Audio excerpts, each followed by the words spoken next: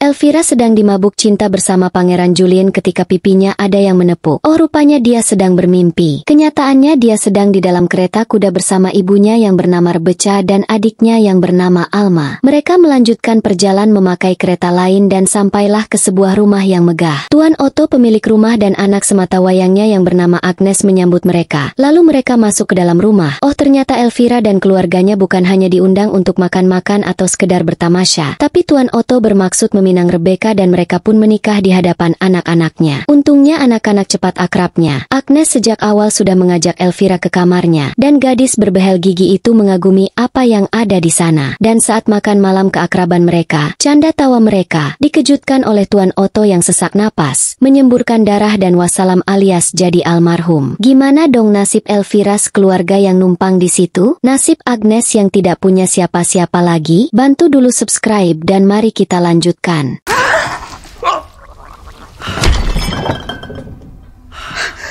Agnes tidur terus sejak ayahnya meninggal, dan saat Elvira datang ke kamarnya membawa makanan, Agnes merasa saudara tirinya itu sudah kurang ajar, maka marahlah dia menyebut Elvira tidak tahu sopan santun, dan akhirnya bilang ayahnya sebenarnya tidak mau kedatangan Elvira sekeluarga kalau bukan karena uang Rebecca. Elvira yang terkejut mengetahui keluarga Tuan Otto ternyata bangkrut, segera berlari ke ibunya. Ternyata sedang banyak tamu pengacara yang menyita pertanian dan ternak yang dimiliki Tuan Otto, dan Rebecca kemudian pingsan. Tentu saja begitu karena maksud Rebecca menikahi Tuan Otto karena mereka tidak punya uang. Tuan Otto pun bermaksud sama. Elvira punya solusi. Kalau ibunya merasa tidak akan ada lagi orang kaya yang tertarik dengannya, maka Elvira harus menikah dengan pangeran di kerajaan Swedelandia itu. Ibunya setuju karena dia pun berambisi mempercantik anaknya dengan kawat gigi. Dan Elvira begitu bahagia ketika suatu hari datang pengumuman dan undangan bagi putri-putri bangsawan dari Raja dan Pangeran Julien untuk menghadiri pesta dansa. Sang pangeran akan memilih calon istrinya. Sampai di sini sudah tahu film ini mengambil ruh dari cerita apa?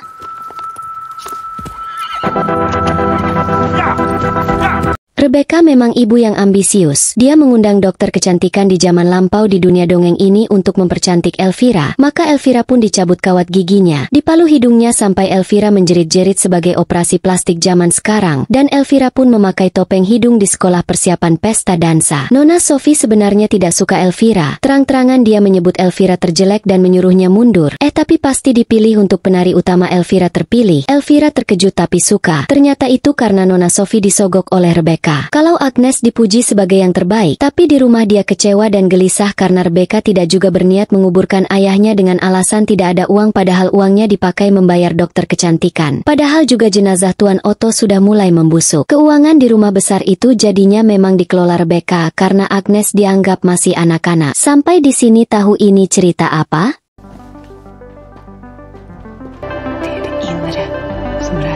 Obsesi Elvira dan ibunya terhadap kecantikan terus berlanjut. Elvira tahu dia tidak cantik, gendut karena tidak pernah berolahraga, tapi ibunya selalu memaksa harus pakai gaun ketat walau tidak muat. Dan saat bertemu mentor Elvira mengungkapkan kegelisahannya, dia dikasih telur cacing pita agar dia bisa makan banyak tetap langsing. Saat berdua dengan Alma ke hutan, Elvira mengungkapkan dia akan memakan telur cacing pita itu. Alma yang kasihan kepada kakaknya tidak setuju. Dia berharap kakaknya mau menolak keinginan ibunya, tapi Elvira datang itu keinginannya. Alma pun kesal dan pulang dengan membawa kuda meski Elvira teriak-teriak. Saat pulang dari hutan berjalan kaki, Elvira melihat Pangeran Julien sedang bermain dengan teman-temannya. Dan yang mengejutkan melihat Agnes di kandang kuda sedang bercinta dengan Isaac si penjaga kuda. Rebecca pun marah besar saat tahu Agnes bercinta dengan penjaga kuda itu. Dia punya alasan besar untuk menjadikan Agnes babu bekerja seperti pembantu lainnya di rumah itu. Dan Isaac diusir dari kandang kuda. 3 bulan kemudian.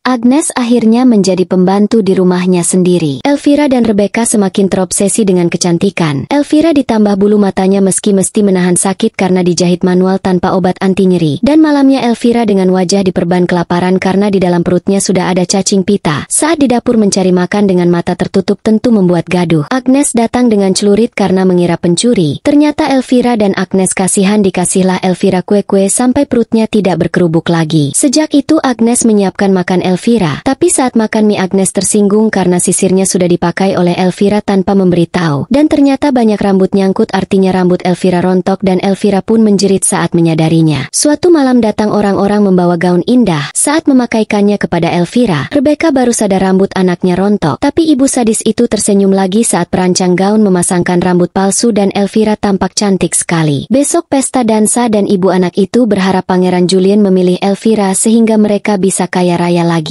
Usaha sudah dilakukan Rebecca dengan melarang Agnes datang. Kepada panitia alasannya Agnes terobsesi kematian ayahnya hingga dia tidur terus. Dan mentor satunya sudah disogok agar Elvira jadi penari utama. Jadi film ini ceritanya mirip cerita rakyat ya. Tapi yang mana?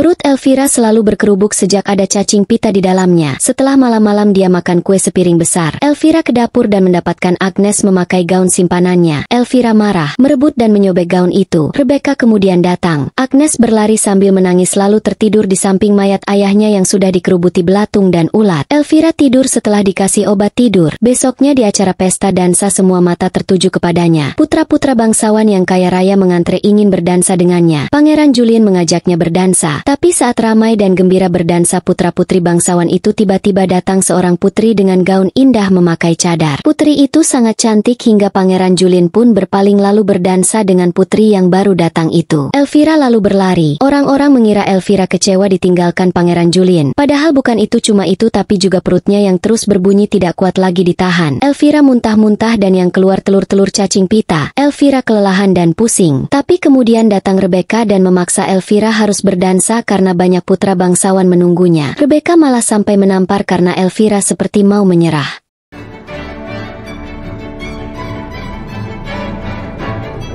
Berdansa berikutnya Elvira dengan salah seorang putra bangsawan, tapi dia terus melihat Pangeran Julian karena hatinya marah direbut oleh putri tidak jelas itu. Saat pukul 12 berdentang, semua penari melihat ke atas. Elvira melihat putri bergaun indah itu cadarnya terbuka dan itu ternyata Agnes. Bukan main marahnya Elvira, apalagi kemudian Agnes berlari keluar dikejar Pangeran Julian dan yang tertinggal hanya sebelah sepatunya. Pangeran Julian pun mengumumkan hanya akan menikah dengan pemilik sepatu itu. Ternyata Agnes yang gaunnya sobek dan tertidur di samping mayat ayahnya ditolong ulat-ulat dari mayat ayahnya yang memperbaiki gaunnya. Peri berupa ibunya memberikan sepatu, labu yang akan jadi kereta dan tikus yang akan jadi kuda. Tapi jam 12 malam semuanya berubah kembali. Tahu kan film ini ceritanya dari mana? Elvira pulang dengan marah karena tahu yang merebut pangerannya adalah Agnes. Dia mendatangi Agnes di dapur yang sedang memberi makan tikus. Diambilnya pisau dan diancamnya Agnes agar memberikan sepatunya yang sebelah. Agnes lari tapi sepatunya akhirnya lepas. Mendengar ribut-ribut Rebecca melongokkan kepalanya dari pintu. Elvira sangat antusias melihat ibunya lalu laporan dapat sepatu tapi Rebecca malah enteng menyuruhnya tidur dan gak usah meneruskan usaha merebut Pangeran Julian karena kesempatan sudah lewat. Elvira kecewa berat.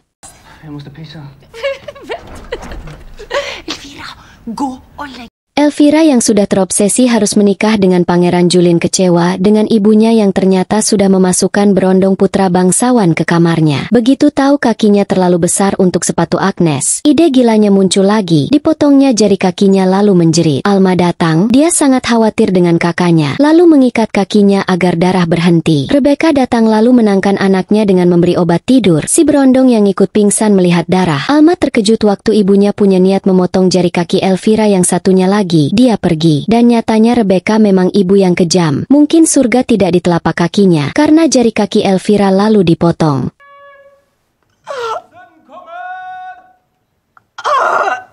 Saat terbangun Elvira mendengar di luar ada pengumuman Pangeran Julian datang mencari putri impiannya. Semua gadis bangsawan diharap keluar untuk mencoba sepatu. Elvira berusaha turun tapi kakinya kan terluka. Perutnya mual karena cacing pita meminta makanan. Dia merangkak lalu terjatuh-jatuh di tangga. Giginya patah, rambut rontoknya semakin kelihatan. Tapi dia masih semangat meski wajahnya jadi mengerikan. Agnes melihatnya saat mau keluar. Dan setelah Agnes keluar terdengarlah Pangeran Julian sudah menemukan calon istrinya. Elvira menangis. Lalu datang Alma yang menolongnya. Alma mengajak Elvira kabur tapi Elvira mual-mual. Diberilah dulu obat penawar cacing itu dan benar saja cacing pita itu keluar sampai bermeter-meter. Alma mengendap ke kamar ibunya mengambil perhiasan-perhiasan. Ibunya tidak begitu peduli karena sedang sibuk dengan berondongnya. Alma dan Elvira pun lalu kabur. Entah kita harus sedih, ngeri, atau apa, semoga kita bisa menghindari dari sifat serakah dan menghalalkan segala cara. Terima kasih buat semuanya. Jadilah manusia terhebat minimal untuk keluarga dan lingkunganmu. Kembang Pinetik Sinebaran Sari. Wassalam. Adios. Sampai jumpa.